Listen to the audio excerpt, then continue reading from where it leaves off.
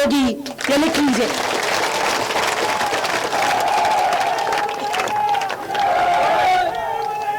ओसिया के विकास को लेकर चले और ओसिया को अब हिंदुस्तान नहीं विश्व के पटल में टेलीग्राफ और द लंदन टाइम्स में छपाए कि ओसिया कितना संघर्ष का प्रतीक बन सकता है, किस संघर्ष का सूचक और पर्याय बन सकता है। आइए उठिए, ओसिया के नए संकल्प के साथ हम चलेंगे, ओसिया के नए ध्वज और सूरज को सलाम करेंगे। मैं वो बेटी हूं जो आपके आशीर्वाद, और जब जब इतिहास के पटल में बेटियों को चुनौती देंगे, जब जब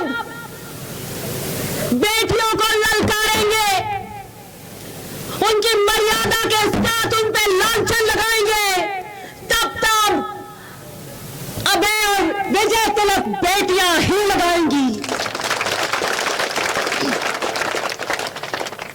मैं आपसे अपील करती हूं कि चुनाव का समय आ गया है, 1.5 महीना कमर कस लेना। अभी तो मैं दूसरे तीसरे गेयर में हूं, चुनाव का पर्चा भरेंगे। अभी तो कह रहे हैं, ये बताते चलाते रहते हैं, 35 की लिस्ट आ रही है, बीजेपी की 65 की आ रही है, जेपी नड्डा जी की यहाँ मीटिंग हो गई, अमित शाह की हो गई, मोदी जी आ गए, सीएससी में मोहर लग गई, आ रही है। फिर कहते हैं नहीं शराब के बाद आएगी, तो सब अपने अपने यहाँ पे ओसिया में सब अपने अपने कार्यकर्ता को कह रहे हैं हमारी पक्की। तो अभी बीजेपी का कार्यकर्ता गाड़ी का गियर नहीं लगा रहा कि नहीं अपने झांसे में नहीं आना, लेफ्ट और राइट पता नहीं किसकी टिकट खुलेगी। किसी को मिठाई खिला दी, टिकट दूसरी की खुल गई, फोटो खिंच गई तो वो बैंड बजाएगा।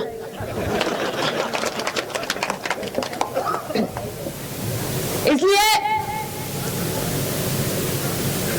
आपके लिए, आपके मान सम्मान के लिए मैं इस संघर्ष और इस राजनीतिक जीवन में खड़ी हूं।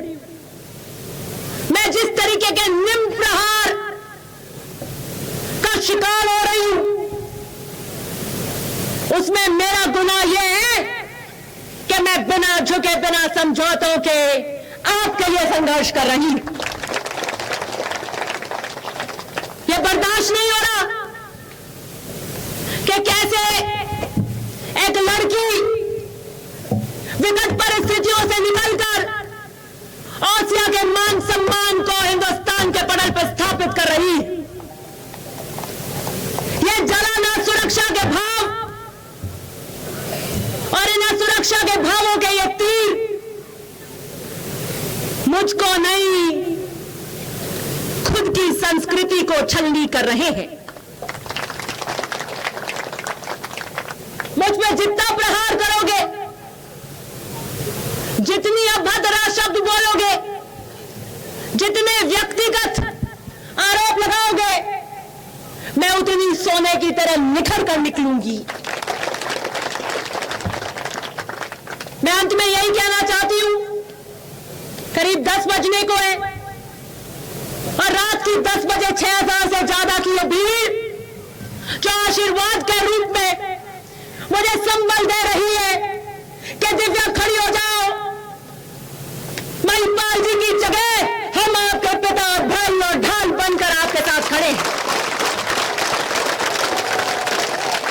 5 साल का यह कार्यकाल मेरे जीवन का सबसे कठिन कार्यकाल था।